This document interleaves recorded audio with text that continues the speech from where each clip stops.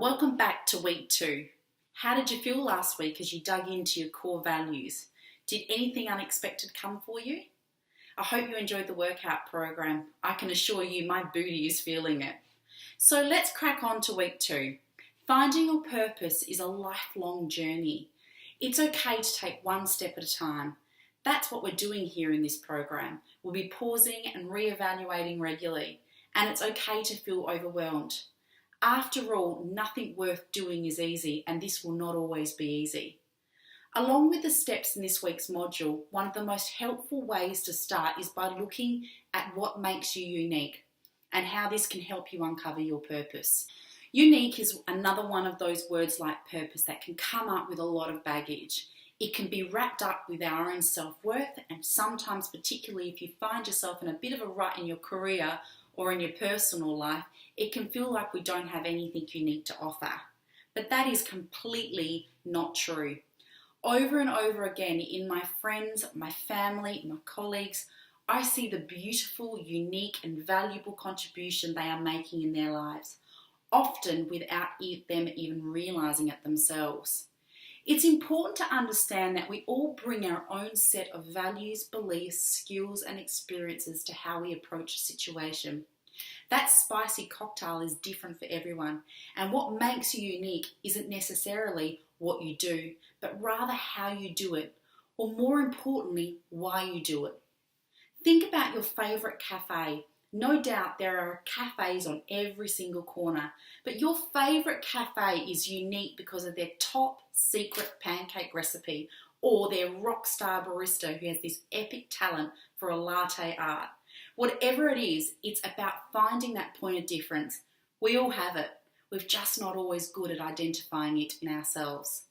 Another really important thing to remember is that your unique ability isn't one single strength. It's the sum of all your strengths.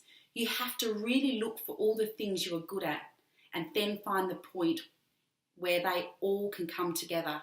Start by asking yourself, what are your strengths? This is really important to figure out, and knowing the answer to this question can be fast-tracked to helping you find and achieve your purpose.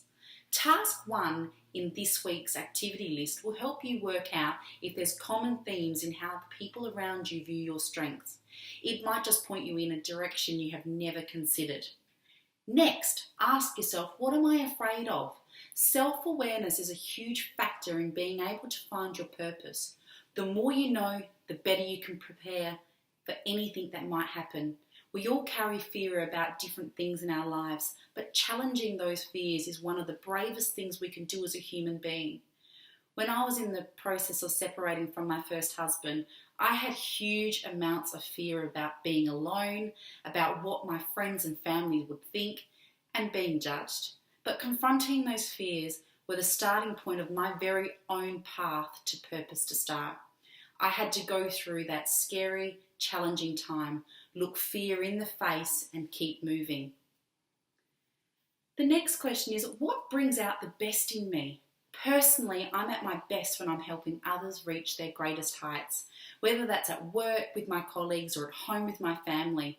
I've always thrived in this space, helping and motivating others to be the best they can be.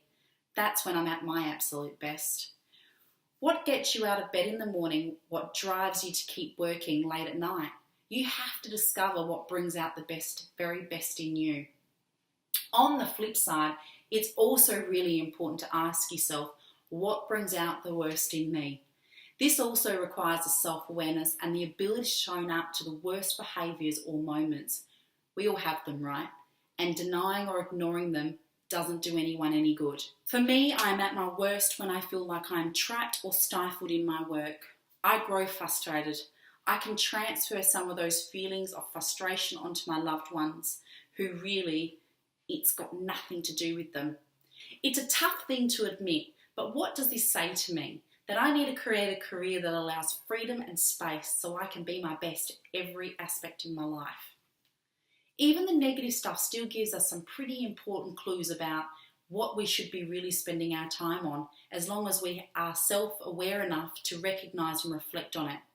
This week we've included some great tasks to help you uncover your strengths and passions, so make sure you jump into your task and get cracking. Before we sign off for this week, I have to ask, what are your favourite meals in the program? Let me know in the group. Looking forward to chatting with you all again next week. That's a wrap on week 2. Thanks, ladies.